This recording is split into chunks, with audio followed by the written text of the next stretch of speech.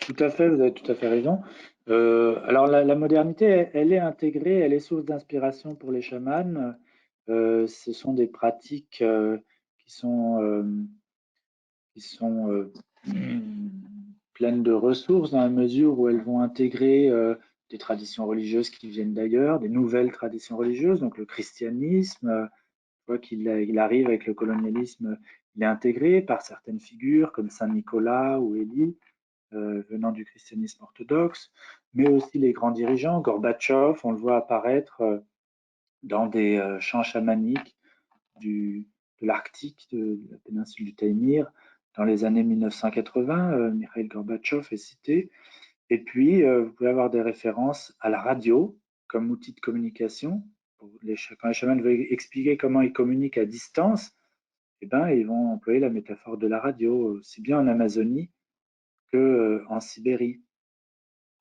Euh, Ils utilisent à tout va, beaucoup, la plupart travaillent en ville maintenant, donc puisque la population a été sédentarisée de force au cours du XXe siècle, et donc ils vont avoir affaire à une population urbaine qui a des problèmes urbains qui sont de trouver du travail, de retrouver un permis de conduire qui a disparu, de faire bénir la voiture pour éviter un accident.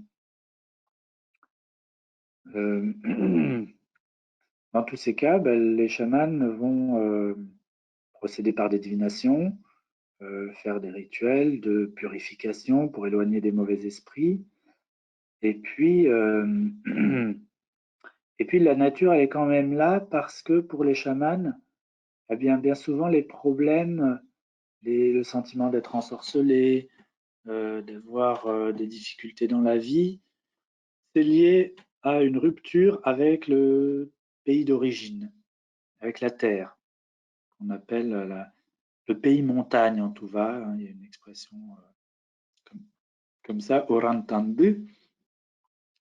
Euh, c'est un effet de la sédentarisation. Les gens ont été sédentarisés, les liens ont été coupés, le lien avec la langue parfois a été esquinté, le lien avec les ancêtres. Donc le diagnostic des chamans, c'est de dire, et toi, tu avais sûrement un ancêtre chaman et vous n'avez pas honoré son âme. Bien toi, tu as besoin d'une protection.